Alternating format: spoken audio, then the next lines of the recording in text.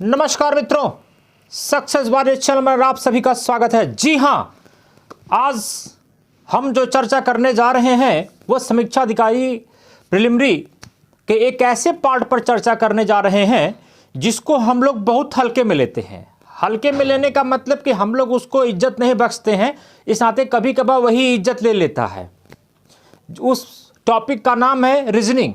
और रीजनिंग पढ़ते समय हम लोग सोचते हैं अरे यार ये तो वहीं सॉल्व हो जाएगा, इस पे क्या समय देना है। अगर 12 क्वेश्चन आती है तर्क बुद्धि शक्ति परीक्षण से, जिसमें मैथमेटिकल रीजनिंग प्लस रीजनिंग रहती है, तो हम लोग एवरेजन 7 क्वेश्चन करके आते हैं।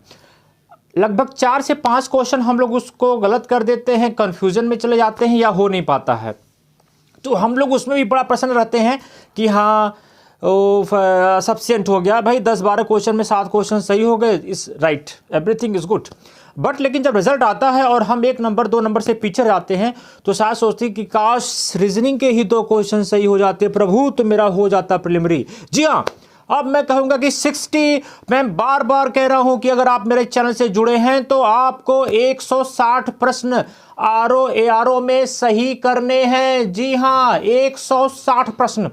अगर आप 160 प्रश्न करेंगे तो यह आयोग की जहाज, ये आपकी जहाज कुछ क्वेश्चनों में क्लैश करेगी। और जब क्लैश करेगी तो इसका मतलब है कि 5-6 आपके वैसे ही चले जाएंगे तो भी आप 155 में रहेंगे। मेरिट कहीं भी जाएगी, मैं कह रहा हूं मेरिट गर्त में भी चली जाएगी तो भी आप टॉप पे रहेंगे, राइट। तो ऐसे प्रश्नों को सॉल्व करने के लिए मैं आपको दो पुस्तक रिकमेंड करूंगा। एक व्यवहारिक पुस्तक है और एक ऐसी पुस्तक के बारे में मैं चर्चा करना चाहूंगा कि उसी से प्रश्न आता है। चाहे यूपीपीएससी से लेके यूपी ट्रिपल एससी तक जितने भी रीजनिंग के क्वेश्चन होते हैं, चाहे वो मैथमेटिकल हो, चाहे वो सामान्य रीजनिंग के प्रश्न हो, ट्रेडिशनल रीजनिंग के प्रश्न हो, वो वहीं से आएंगे। आपको कभी इधर उधर देखने की जरूरत नहीं है।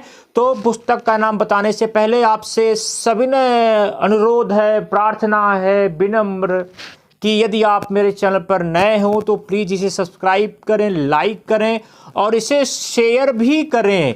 इसको लोकल से वोकल भी आपको ही बनाना है, क्योंकि ये आपका चैनल है। नमस्कार, आगे चर्चा करते हैं। तो एक तो रीजनिंग की बुक आती है, अरिहंत पब्लिकेशन की आती है, बड़ी पतली सी बुक है जो आपके स्क्रीनशॉट पे दिखाई दे रही है।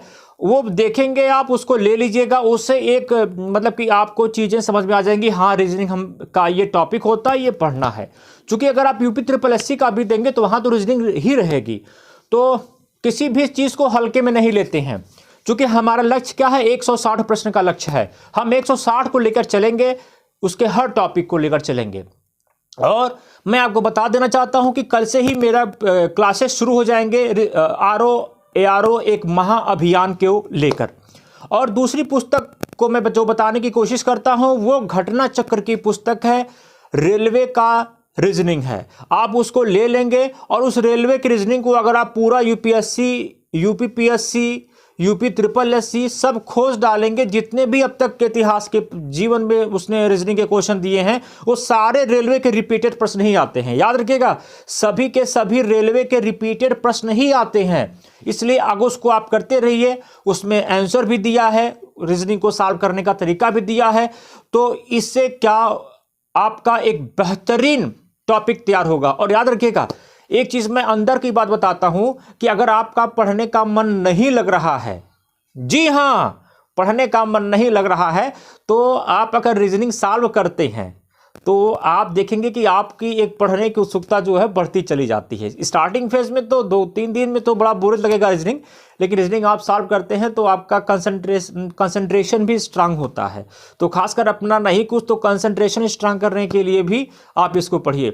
एक वीडियो मैं बनाऊंगा कि कैसे याद करें तथ्यों को, इतने भारी भरकम तथ्य हैं, कैसे याद होगा। चूंकि हमारा अभियान है 160 प्रश्न पीटी 2021 समीक्षा अधिकारी, सहायक समीक्षा अधिकारी।